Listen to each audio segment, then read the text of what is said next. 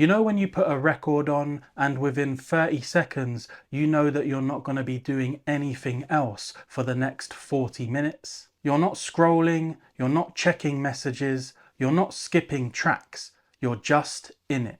That's kind of where my head's been lately with jazz funk. I've been revisiting a lot of these records, but not in a studying them way, more of a put them on and let them play kind of a way.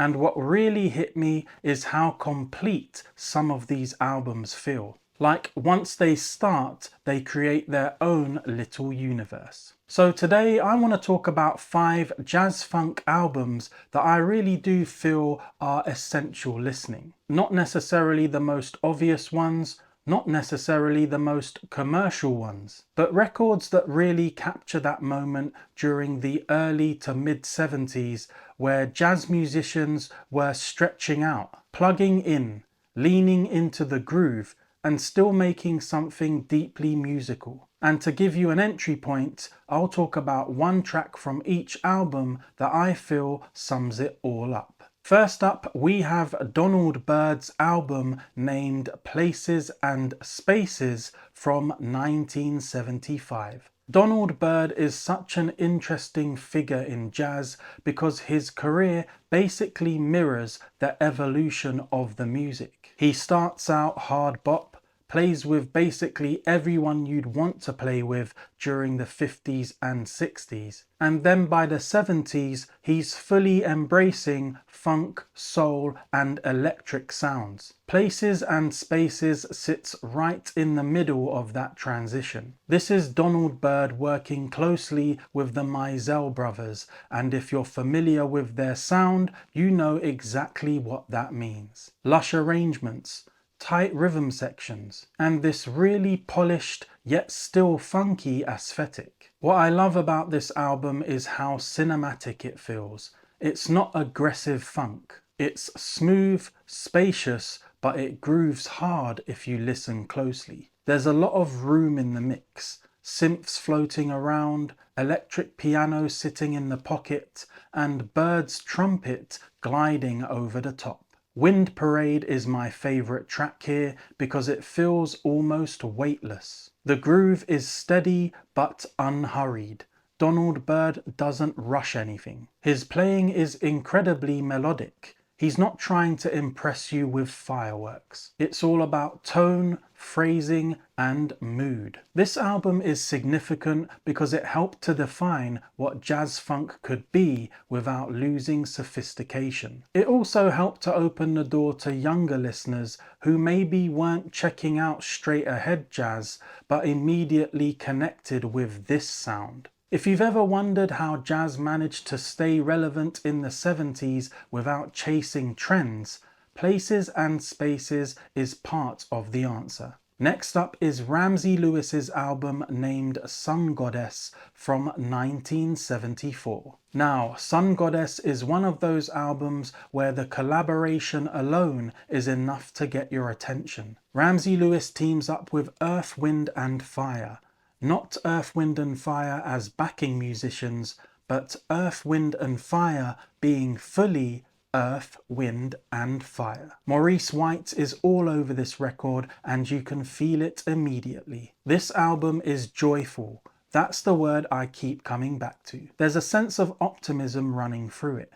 And that really reflects where Ramsey Lewis was at musically. He always had this ability to make jazz feel welcoming rather than intimidating. The title track Sun Goddess is just iconic. That opening groove, it's impossible not to move to it. The layered percussion, the bass line, the horns, everything feels locked in but never stiff. What makes this album significant is how it blends jazz improvisation with funk, soul, and songwriting. It doesn't feel like jazz musicians trying to be funky or funk musicians trying to be jazzy. It feels completely natural. Ramsey Lewis's playing is relaxed but confident. He knows exactly when to step forward and when to sit back. And Earth, Wind and Fire bring this spiritual, uplifting energy that elevates the whole thing. This is one of those records you can put on for people who don't like jazz and just watch their reaction change halfway through the first track. Next we have Herbie Hancock's album named Thrust from 1974. Herbie Hancock in the 70s was just on another level. The Headhunters band was fully locked in, and Thrust feels like the moment when they realized just how powerful that group could be. This album is dense, there's a lot going on, but it never feels cluttered. Every sound has a purpose. The synths, the clavinet, the rhythm section. It all fits together like a machine, but a very human one. Actual Proof is an incredible track, so make sure you check that one out, but one of my favourites is Butterfly, as I feel it allows Herbie to show a softer side. It's not about sheer funk intensity, it's about atmosphere, harmony and emotional weight. The chords are lush, the groove is subtle and the melody just floats. What's amazing about Thrust is how forward-thinking it still sounds. Even now you can hear elements of this record in modern hip-hop, neo-soul and electronic music. Herbie wasn't just reacting to the times, he was shaping them. This album is significant because it proved that jazz can embrace technology without losing depth. Herbie didn't see synthesizers as a gimmick. He treated them as instruments with emotional range. If Headhunters was the introduction, Thrust is the deeper conversation. Next is the Miles Davis album named On the Corner from 1972. This is probably the most polarizing album on this list, and that's exactly why it's essential. When On the Corner came out, a lot of jazz fans hated it. Critics hated it. Even some musicians didn't know what to make of it. But Miles wasn't interested in pleasing anyone at this point. This album is raw, repetitive, abrasive, and hypnotic. It's built on grooves rather than songs. It loops, it churns, it pushes forward relentlessly. The track Black Satin is a perfect example. The bass line locks in and refuses to let go. The drums feel almost tribal, and the electric guitar slices through the mix. Miles's trumpet is distorted, aggressive, and unapologetic. What's significant about On the Corner is how far ahead of its time it was. You can hear the blueprint for funk, hip-hop, electronic music, and even punk in this record. It's not trying to be pretty, it's trying to be real. Miles Davis was always about the future, and here he was listening to James Brown, Sly Stone, and the street sounds of New York, and he pulled that all into his own language. This album demands patience, but if you give it that, it will reward you with something incredibly powerful. Now we have Lonnie Liston Smith and the Cosmic Echoes album named Expansions from 1974. This album feels like a deep breath. Lonnie Liston Smith had played with Miles Davis during his electric period, and you can hear that influence, but Expansions goes in a much more spiritual direction. This is jazz funk with a cosmic, almost meditative quality. The grooves are steady, hypnotic, and warm. There's a real sense of space and positivity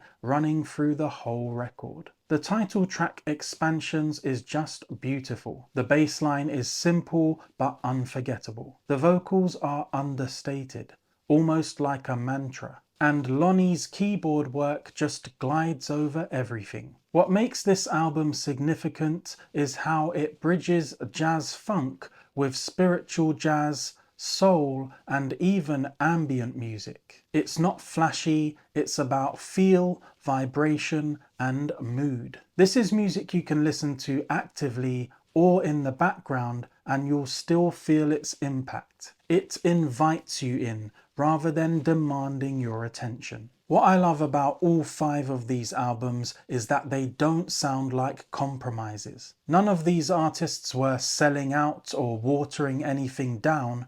They were expanding their language. Jazz funk at its best isn't just jazz with a funky beat. It's a conversation between tradition and innovation. And these records capture that moment perfectly. If you're new to jazz funk, any of these albums is a great place to start. And if you already know them, then maybe this is a nudge for you to go back and listen to them again. Let me know which one of these you connect with the most, or if there's a jazz funk album you think has to be in the conversation. If you want to continue hanging out with me here on the channel, I'll pop a video in the corner for you to click on now. Other than that, I'd like to say thanks for watching, and I'll see you in the next one.